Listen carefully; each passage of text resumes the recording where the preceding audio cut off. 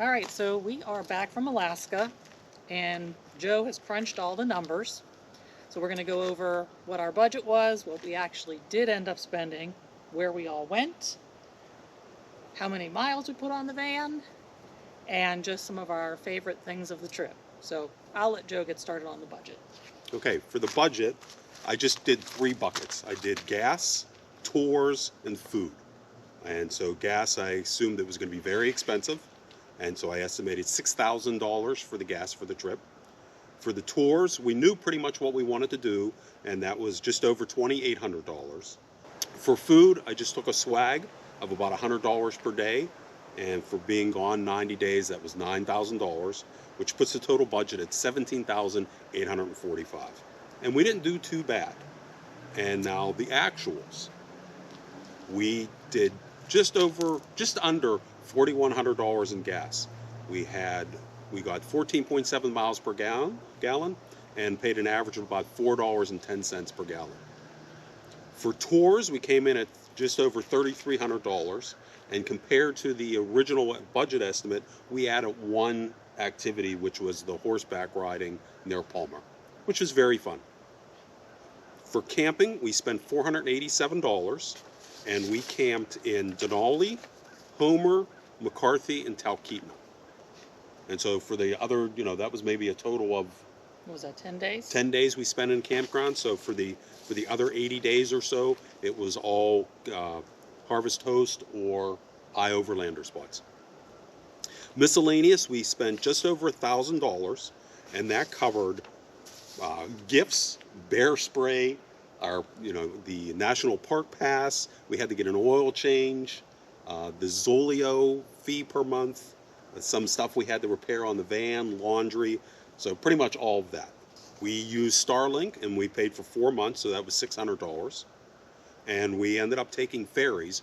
When we planned the trip in 2023, we didn't have going to Juno on the plan.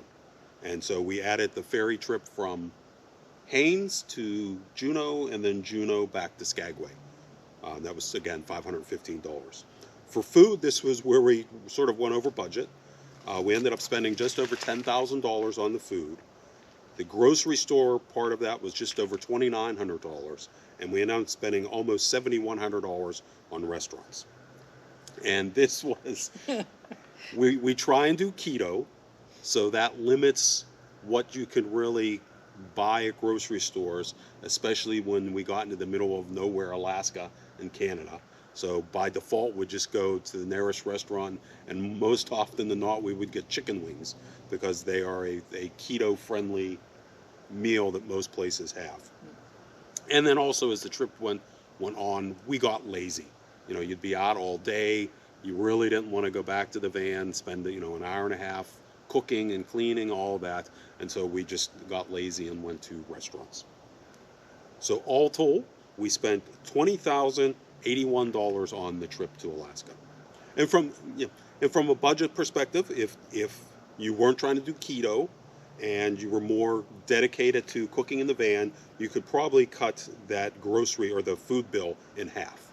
And of the tours we did, I think the only one that I really absolutely enjoyed was doing the dog mushing.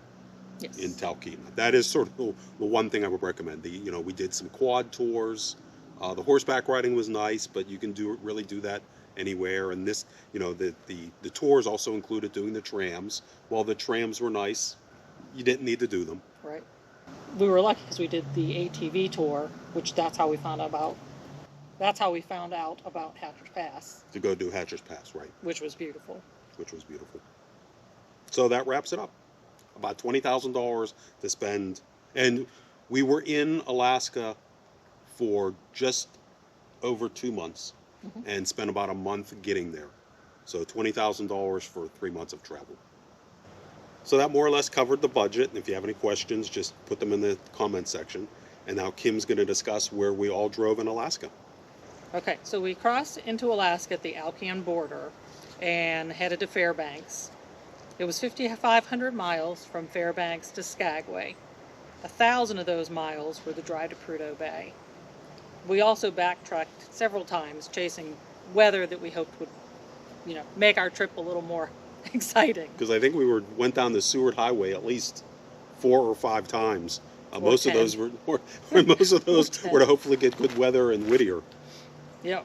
We tried several times to go to Whittier, and Yep. I don't know if we made it on the best day, but we made it.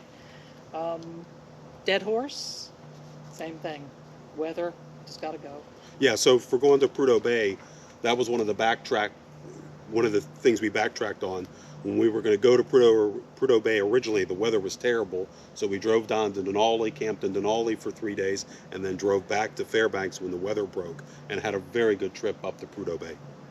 As you can see by looking at the map, we drove pretty much everywhere that you could drive when you were in Alaska.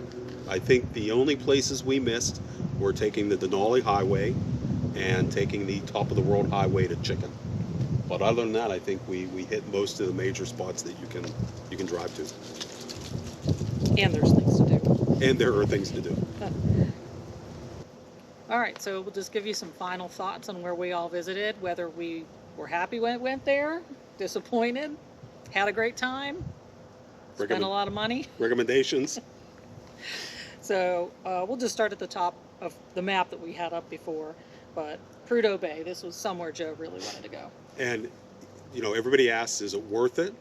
I certainly would not want to make that drive if it was wet or it was raining. Going up over Attican Pass, I could not imagine doing that if the weather was bad. But on the whole, I think it was well worth the drive. There's some beautiful scenery. We ran into a woman who did it in the Prius. So I think any vehicle can do it. You just have to be prepared to take it slow. And I would recommend having all of the tire repair. Everything you would need to do a repair for tires, because you probably are going to get a flat. But we didn't. The other recommendation is we bought brand new tires for the trip, and I think that is probably a good idea if you're heading to Alaska. So the next extreme drive would be the one to McCarthy. It took us 3 hours to go 60 miles. The road was in incredibly bad shape on the drive-in, but in the 3 days where they were there, they came and repaired it, and so I think we made it out in like an hour and a half or 2 hours. Yeah. So it's really hit or miss.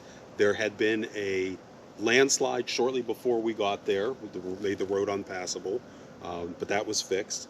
And I think it's probably as close you get to wild Alaska as possible. I mean, it was just a very unique experience. Yeah, I'd say it was definitely worth going. The town itself is Quirky. It's tiny, it's quirky. We loved the restaurant, No.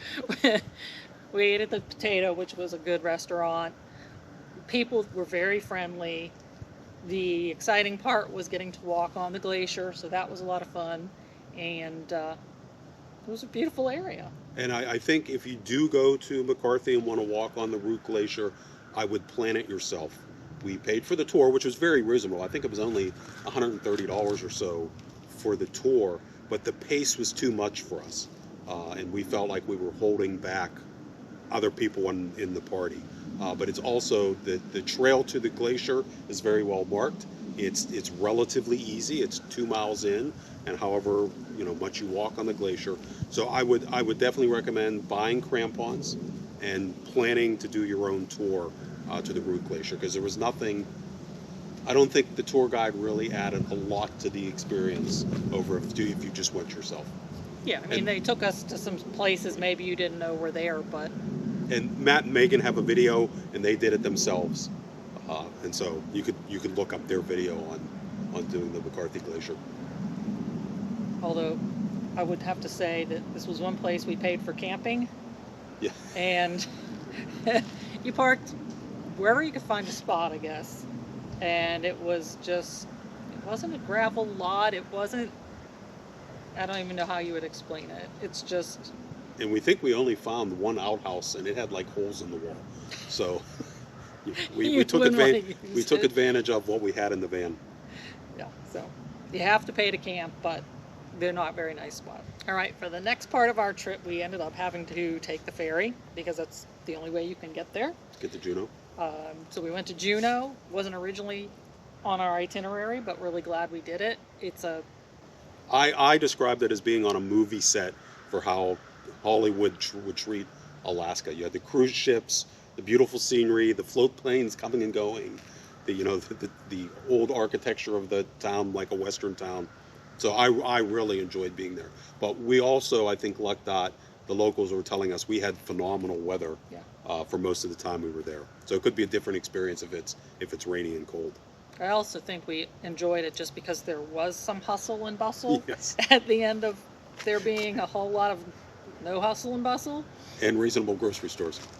And yeah, you could actually go to the grocery store and find what you wanted, and they were still Alaska prices. But then Skagway, we went. We did pay to camp because, again, you pretty much had to pay to camp. Yeah, I believe. they were not boondocking friendly. And so that was cheap.